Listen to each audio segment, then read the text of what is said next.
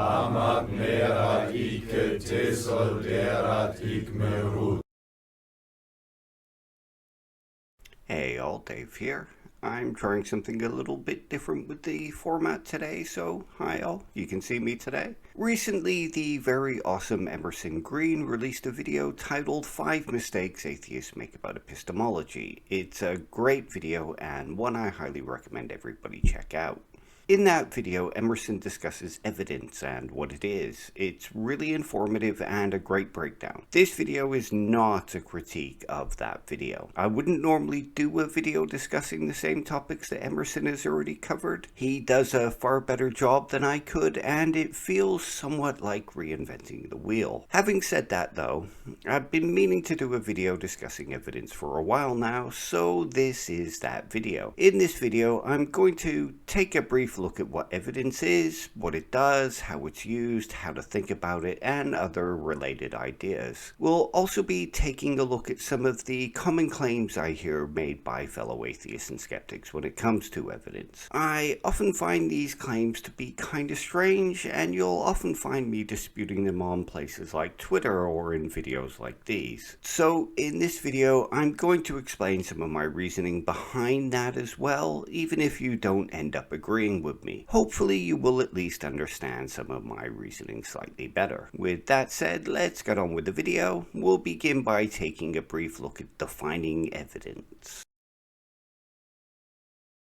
A question I often ask my fellow atheists and skeptics when the topic of evidence is brought up is the very simple, what is evidence? Usually I will be met with a reply from a handful of common responses. Most often it will be something like evidence is testable and repeatable, or evidence is empirical, or evidence is scientific. The problem with responses like these is that they describe qualities that someone expects to see in something they consider evidence, but not what evidence actually is. So let's begin with a very broad definition of evidence. One way to define evidence is something that raises the probability of some claim, conclusion, or belief being true. This is very broad, of course, and encompasses a lot of things. But when we stop to think about it, the definition does capture the spirit of what evidence is. What do I mean? Well, let's take a look at a few examples here. Imagine that I'm holding a rock in my hand at the moment. It's something that is empirical, and I can show it to you, and you can touch it and examine it. The rock itself fits the bill of many of the ways that evidence is described by many skeptics and atheists online. Is it evidence though? I would argue that it's not evidence, and I would imagine many of those that argue that evidence is testable, repeatable, and empirical would agree. If you don't agree that this rock is not evidence, then I'd love to hear from you down in the comments and discuss the idea, as I would love to understand your reasoning better. For now though, let's continue on with the video. Let's take the rock and add a patch of blood to it. Is it evidence now? Your response here will probably either be something similar to either the question evidence of what, or it could be evidence that someone fell and hit their head on it, or it could be evidence that someone hit someone else with it, which hopefully begins to make what I'm saying about evidence being something that raises the probability of some claim, conclusion, or belief being true make sense. Evidence is not something that is isolated from some claim, conclusion, or belief. It is interwoven into the story we use to justify a claim, conclusions, or belief. Evidence is not data in isolation, but in some framework.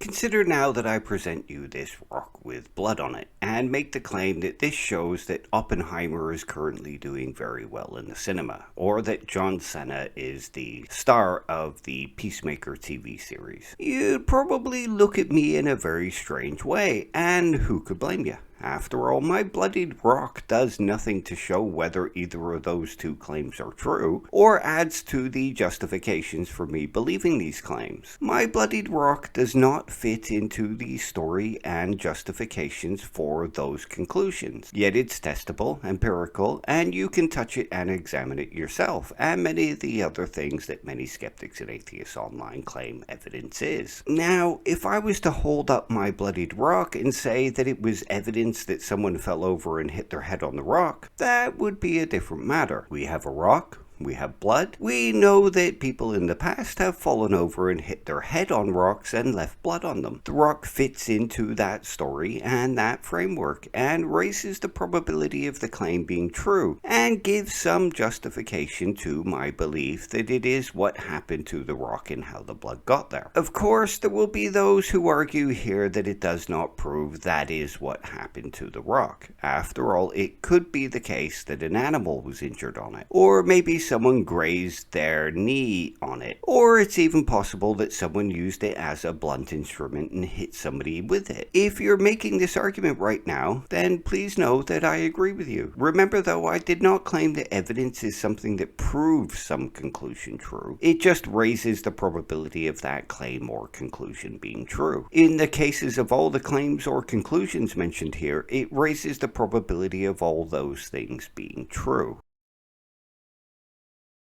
There are those that would argue here that the fact that my bloodied rock supports all those various claims, then it's not evidence for any of them. However, I would argue instead that it remains evidence for all of them. What it is, instead, is just very weak evidence. Evidence is not something that is either conclusive or it is not. Instead, evidence is indicative and comes in varying degrees of strength. It can be weak evidence, very strong evidence, and everything in between. Like I mentioned, evidence is just a piece of data used in a framework or story to justify the conclusion, claim, or belief. How well it justifies that claim is how we determine the strength of the evidence. Consider the idea just raised that my bloodied rock supports multiple conclusions. In each of these claims, it raises the probability of each of those conclusions. It raises the probability of each conclusion in a roughly equal way and not by very much, making it weak evidence for each of those claims. Sure, it's evidence, but it's not particularly strong or good evidence, as it doesn't raise the probability very much. What if we reframe the conclusion slightly, though? If we reframe the claim to something cut themselves on that rock, this changes things somewhat, doesn't it? We can see simply from reframing the claim how a piece of evidence fits into the story used to support the conclusion changes how strong the evidence for the conclusion is. There are still multiple conclusions that can be drawn from my bloodied rock, but the fact that there is blood on the rock seems to strongly support the claim that there was at least something that cut themselves on the rock. It could be argued that the rock was used to cut something rather than the other way around, of course, and this is very true. We could even argue that it raises the probability for that claim just as much as the claim that someone cut themselves on it. However, what I want to focus on here is that the simplicity of the claim that someone cut themselves on the rock is more strongly supported by the bloodied rock than the more complicated claim that someone tripped over and hit their head on the rock, making the bloodied rock stronger evidence for the simple claim than for the more complicated claim. That complicated claim is more strongly supported by the bloodied rock than the even more complicated claim that a serial killer used it to bludgeon their latest victim to death. This is for a few different reasons. The obvious thing being that the stories are more complicated and need more explanation than a simpler claim. Another important reason is that the evidence doesn't stand alone and in isolation. We already saw that evidence isn't something that stands apart from some story or justification that includes it. Another thing that it doesn't stand apart from is our experiences, our previous knowledge, and the other evidence that belongs to the story or justification. Let's stick with my bloodied rock for a little while longer. I just mentioned about how when I changed the claim to somebody cut themselves on the rock, the quality of it being evidence changed. It became stronger evidence for that claim than for the claim that somebody had fallen on it and banged their head, and the claim that it had been used by a serial killer to dispatch their latest victim. This is because we have background experiences that we draw from when presented with evidence and how it fits into the claim. We all have experiences of falling over and people cutting themselves on rocks, especially when framed in such a general way. We can more easily see how my bloodied rock can be evidence for that. Just as when somebody says that they own a dog, we are more easily convinced by that than when someone says they own a dog that can do math on a giant calculator. The first claim is more general, and we have experiences of people with dogs. We have far less experience of people that own dogs that can do math on a giant calculator. For something like that, we would need stronger supporting evidence simply based on what could be called prior probabilities, just as the prior probabilities and complexity of a claim like someone fell over and banged their head on my rock would mean we would need more evidence. We need stronger and more complex evidence to overcome a stronger and more complex claim, depending on our presuppositions. A popular phrase that somewhat captures this idea is the famous extraordinary claims require extraordinary evidence, something you will see me mention again later. However, these prior probabilities are not the only way that evidence does not stand in isolation. Let's continue to consider my bloodied rock. The way the bloodstain looks also stands as evidence. If the bloodstain looks one way, it might appear to be the result of a cut. And if it looks another way, it might appear to be the result of an impact. The rock being found hidden away in a bush will make it slightly different evidence than if it was simply found in the middle of a hiking trail. These will all change the credence for the conclusion being drawn from it. If the bloodied rock was found as part of a serial killer's trophy collection, that would completely change the credence of the claim that it was used by a serial killer to dispatch their latest victim. So far, we've seen that evidence does not stand in isolation from some framework or story that includes it and uses it for justification in raising the probability of the conclusion being true or a belief being justified. We've also seen that how it is used in arguing for the conclusion gives it a certain quality of strength. And now we have also seen that it does not stand in isolation from other pieces of evidence in the story being told, and even aspects of itself. A bloodied rock is not just a bloodied rock. The circumstances it was found in, the details of the bloodstain, and more all change the quality of evidence and how we see it as evidence. It does not stand in isolation from our perspectives and our perceptions and our intuitions about it. There is another thing that it does not stand in isolation from that should be mentioned here. This involves many of the things we have already mentioned.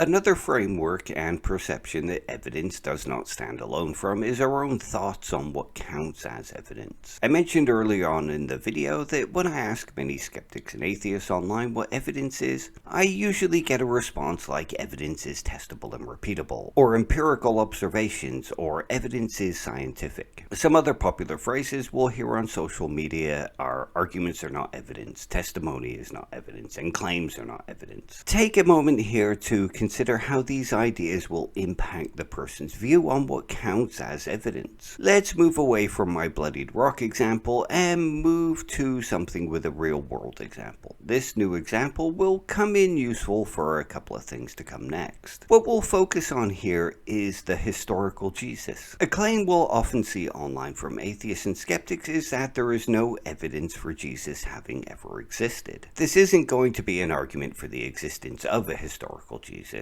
If that's what you want to see, then I suggest going to check out the work of Tim O'Neill or Reason to Doubt. Both have done very excellent work on that. Instead, this is going to be a look at how our views of what evidence is will affect our views of what we consider acceptable evidence. And then we'll move on to thinking critically about evidence. So, to return to the point, consider those that think evidence must be repeatable, testable, empirical, and scientific. This will bias how they view the existence of a historical Jesus. There is no evidence for a historical Jesus that could meet this standard. But there is little evidence that could meet that standard for many historical figures. I would wager a guess here, though, that much like accepting someone's testimony that they have a dog, many of those same skeptics and atheists who demand this kind of evidence for a historical Jesus do not hold some other historical figures to that same standard, giving us some indication that there is something of a subjective nature to evidence as well.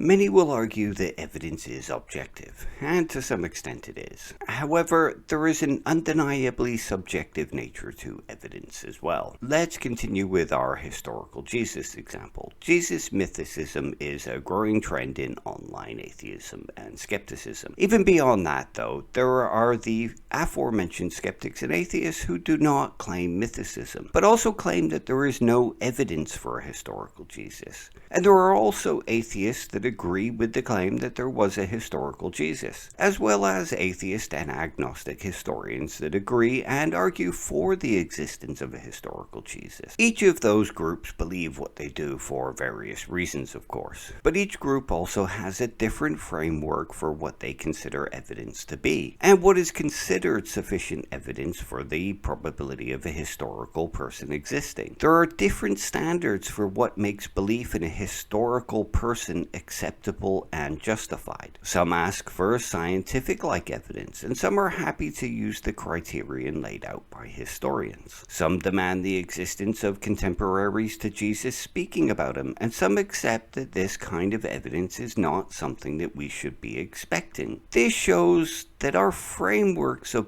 both what we consider evidence and how we perceive evidence contributes greatly to how we assess claims and the conclusions that we draw. Not just about the strength of the conclusion, but the strength of the evidence also. The interesting thing about this is that often when we push them, we will generally find out that what they consider to be evidence does not match what they claim their framework is. Many who argue something like testimony is not evidence can be found to be arguing for times when testimony actually does count as evidence, or times when they are more than happy to accept testimony as evidence, or the claim that only testable, repeatable, and verified empirical observations count as evidence, yet will often accept historical claims and evidence for various figures that are not related to the Bible. One of the problems here, in my opinion anyway, is that most are simply repeating things that they have heard in the community or are driven by motivated reasoning or bias and have never actually thought critically about evidence and what it is, which shows us the importance of thinking critically about evidence in and of itself. Let's consider the idea of evidence for a historical Jesus a little bit longer. One of the common arguments that we hear is that no contemporary of Jesus wrote about him. There are no records of him in Rome, no Roman historian wrote of him, there are no deeds of his that are recorded anywhere but the Bible, and so on. For the sake of argument, let's just accept all those at face value. The question to ask here, though, is why we would expect to find these things when it comes to a historical Jesus. After all, Jesus was not someone that was particularly important at the time and existed in a place that was not particularly important. When we consider what is actually being argued about the historical Jesus, it becomes obvious that these things are not the kinds of evidence that we would expect to find, which is part of what thinking critically about evidence involves. Thinking about the kinds of evidence we would expect to find based on what is being argued. There may be those who argue here that if there was a person like the Jesus of the Bible that existed, then we would expect those tales to have spread far and wide. However, this ignores that the argument for historical Jesus is not about the biblical Jesus. It is an argument that the biblical Jesus is an embellished tale of a historical Jesus. The historical Jesus is a much more mundane tale than the biblical Jesus. So the question is not what evidence we would expect to find if the biblical Jesus existed, but what evidence we would expect to find if a real person those tales were based on existed. This is a part of what it means to think critically about evidence. It is not simply demanding certain kinds of evidence, it is thinking about whether the kinds of evidence we demand pertain to the claims and arguments being made. Another popular phrase that we hear online from many atheists and skeptics is testimony is not evidence. Many will argue for why testimony does not count as evidence. Yet, testimony remains a big part of the evidence used in court cases. We often use testimony testimony as evidence in our everyday lives too. When we ask someone the time, we usually take what they say as evidence for the time. We rarely demand that they show us the object they used to get the time, and then use another timepiece to make sure that their timepiece was correct. We often apply our critical faculties and assess the testimony as valid evidence in certain times, which is what thinking critically about evidence is. I mentioned previously that evidence is what makes some claim or conclusion more probable, or some belief more justified. Thinking critically about evidence is about thinking what evidence is probable for the claim being made. It is about thinking about the kinds of evidence we should expect for some claim or conclusion, and thinking about what we should expect to find, and why we should expect to find it, and how strong that evidence would be in the framework of the argument and conclusion. I mentioned earlier that we would come back to the idea of extraordinary claims require extraordinary evidence, and this seems like a pretty good place to return to that. The phrase extraordinary claims require extraordinary evidence is a hugely popular one in the online atheist and skeptic sphere. Essentially, it is a saying that is somewhat similar to Hume's "we should proportion our beliefs to the evidence." It's a saying about how the level of evidence that we have should match the level of the claim. And there's no doubt that it's a very catchy and very punchy saying, and also a saying that I agree with somewhat. The more outlandish the claim, the stronger the evidence I'm going to need in order to believe it. If someone tells me that a cow jumped over the moon, I'm going to need more than a story that starts with hickory dickory dock. I'm going to need evidence that shows that a cow can achieve that kind of lift and not come back down a well-cooked steak after re-entry. When someone tells me that they saw a ghost, it would go against everything I believe about how humans work and how death works. So the evidence I would need to believe that ghosts exist would have to overcome those prior beliefs and overcome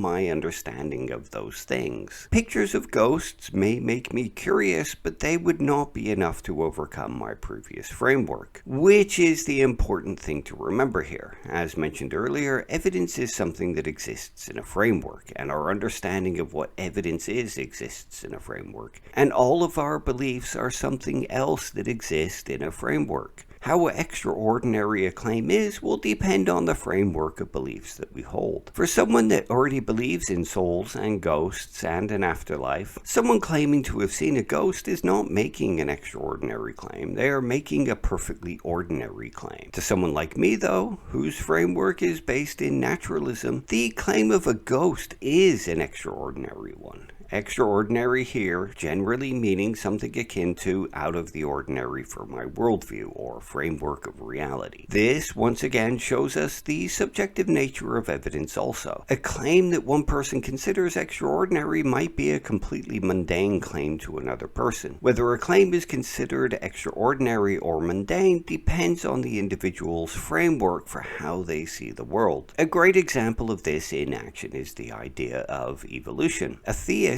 might see the claims of evolution as something extraordinary, and an atheist might see them as completely mundane. This is not to say that all theists see evolution as extraordinary, before anyone jumps on me in the comments. There are many who see evolution as something wholly supported by the existence of God, and even offer certain answers that they don't see coming from science. Again, it's all about frameworks and outlooks and our webs of beliefs and more.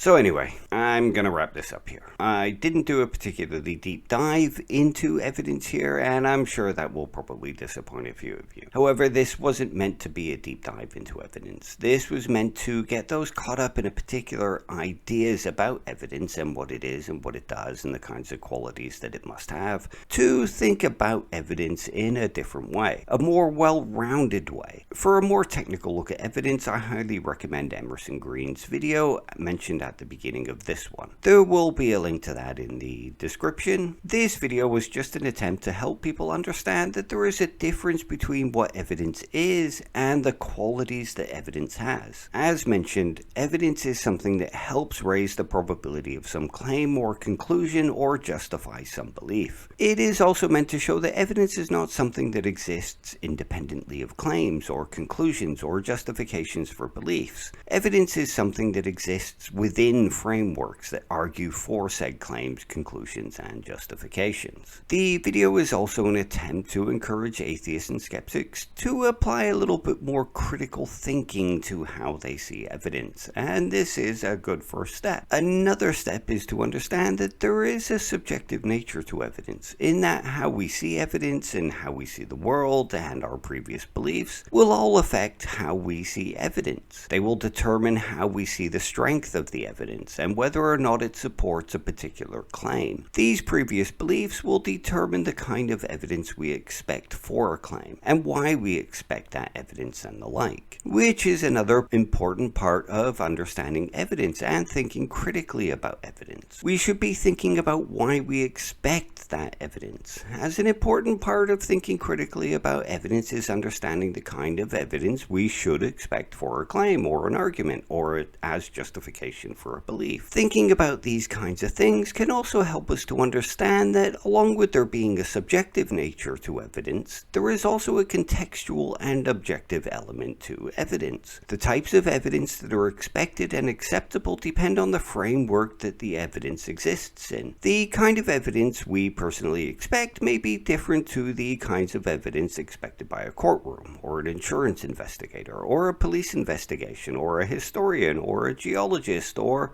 well, you get the point. When we stop to think about evidence and what it is and what it does, we quickly begin to see that it is a far more complicated topic than many in the online skeptic and atheist sphere seem to think, and seem to give it credit for. We see that there seems to be a lack of critical thinking applied to the topic by many, unfortunately. Understanding this may also help us to understand why many won't change their mind when presented with evidence, both theist and atheist alike. Hopefully this video will be a first step to getting many to think a little bit deeper about their understanding of evidence. Anyway, that's enough for me for now. In the future, I may do a deeper dive if anyone wants me to. For now, I recommend Emerson's video as a good place to start, as well as the SCP entry on evidence. I'll see you again soon. Until then, I hope life treats you well. Thank you for tuning in and watching my stuff. I know it's very different to all the other atheist and skeptic content out there and argues things that go against the commonly accepted claims that we see in our community. Thanks to Rev Infidel for all the support that he gives me, and for everyone else who is always encouraging and supportive in the comment sections and elsewhere. Take care all. Bye.